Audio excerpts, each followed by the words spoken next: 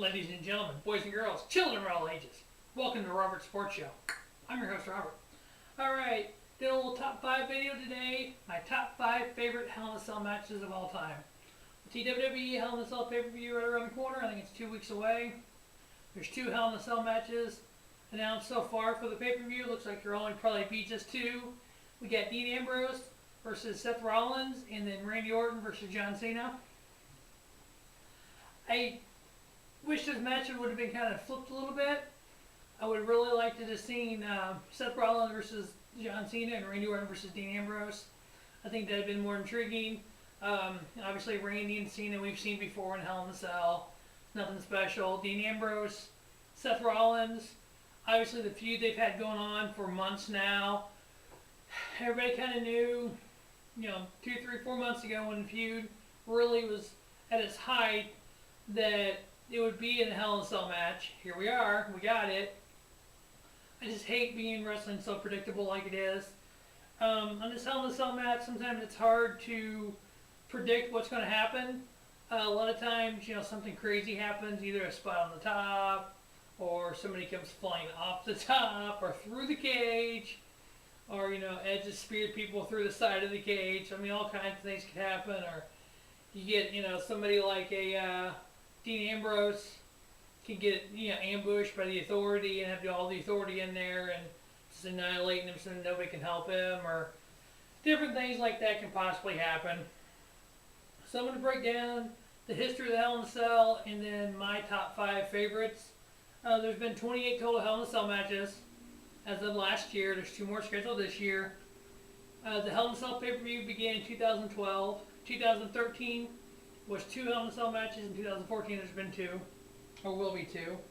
The most victories in the Hell in a Cell match is 6 by Undertaker and Triple H. Most appearances in the Hell in a Cell match, obviously the Undertaker, it was kind of made for him. A lot of the early Hell in a Cell matches focused on the Undertaker. The person being the most Hell in a Cells without winning, Mankind, 4. The shortest ever Hell in a Cell was a 5 minute and 1 second for the world title. It was a dark match on Raw. It was John Cena, Alberto Del Rio, CM Punk, Dolph Ziggler, and Jack Swagger. The longest, I believe, is the 6-man Hell in a Cell from Armageddon 2000 at 31 minutes.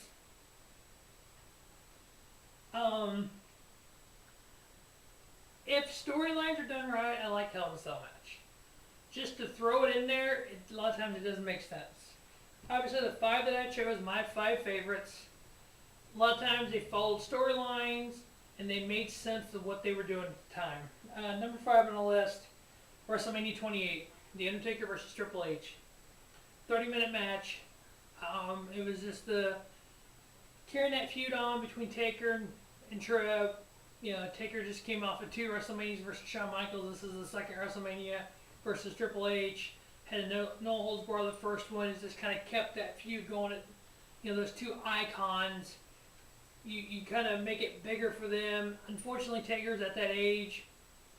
If you notice, a lot of his recent matches at WrestleMania have been a gimmick on him. Could Taker have done this match without a gimmick? Yeah. But you put Undertaker in the Hell in a Cell. It just makes Triple H have to work that much harder because number 1, it's a Hell in a Cell match. Number 2, it's at WrestleMania. We all know Undertaker won that, but it was a just dynamic of just those 2 icons just wrestling in a cell at WrestleMania. Number 4 on my list involved the Undertaker. Actually, I believe all the ones on my list involved the Undertaker. Those were my favorites. The Undertaker versus Edge at SummerSlam 08. Taker won. I guess, liking Taker in this match. I know there's been some really, really good matches without Taker. But just, for me, I look at the Hell in a Cell match, I think of Undertaker. I look at the Buried Alive match, I think of Undertaker. I look at a ladder match, I think of a Shawn Michaels type. I look at, the Punjabi prison match, I think of Great Khali. Bad example. But, number 4 on my list was The Undertaker versus Edge, SummerSlam 2008. Number 3 on my list was Armageddon 2000, 6-man Hell in a Cell for the WWF title. We had champion Kurt Angle versus The Undertaker versus Triple H versus Stone Cold Steve Austin versus The Rock versus Rikishi. Yes, ladies and gentlemen, I said all those names and Rikishi. Obviously, at the time, Rikishi was kind of, Rock, Austin are here, Taker's here, Kurt Angle's here, Tripp's here, Rikishi's here. You know what? It made sense. You put that guy in a match like that no one kind of believes in, and you let him do things. He came off the top of the cage into the back of a truck. I mean, hey, who would have taken that spot besides Rikishi? Mr. Stinkface himself. I mean, that's the biggest thing about these Hell in a Cell matches. You got to have spots. You got to do a spot here, a spot there, in order to just a regular old match with the cage around them doesn't make sense to me. You got to use the cage. You got to use weapons. You got to use, get on top of the cage, do things. Obviously, the top 2 on my top 5 list. A lot of things in these matches involve the cage and what the cage didn't do on one of them, and the oh my god moments of the other one. Number 2 on my list, the first ever Hell in a Cell match, Bad Blood '97. Heartbreak Kid, Shawn Michaels versus The Undertaker, live in St. Louis. We had a debut that night, the debut of Kane. Before we get to the Kane part of this match, the overall match itself was good. Taker Shawn, I mean, what's better? You figure that match is kind of, that feud always just was there. It ended up after this '98 at Royal Rumble casket match. So I mean, it just kind of, the feud always was there between Shawn and Taker. They did it on the grandest stage of them all at WrestleMania. They did it in the first Hell in a Cell match. They've always had that. Those two guys. One thing I've said about Taker over the years is Undertaker's like a fine wine. If you don't drink it every day, you don't use it every day. You put it on the shelf. You bring it out for special occasions. You pass it out. You let everybody enjoy it. You put it away. Shawn Michaels is the same way. Shawn was one of those guys. Toward the end of his career, you bring it out for a Shawn moment. The super kick of Ric Flair, when he looks at Ric Flair and goes, "Sorry, I love you," and super kicked him in his career.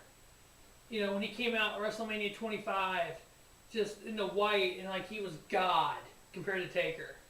And stuff they did at WrestleMania 26, and just everything that Shawn's ever done in his career, especially toward the end of it, it was almost like as a treat for us.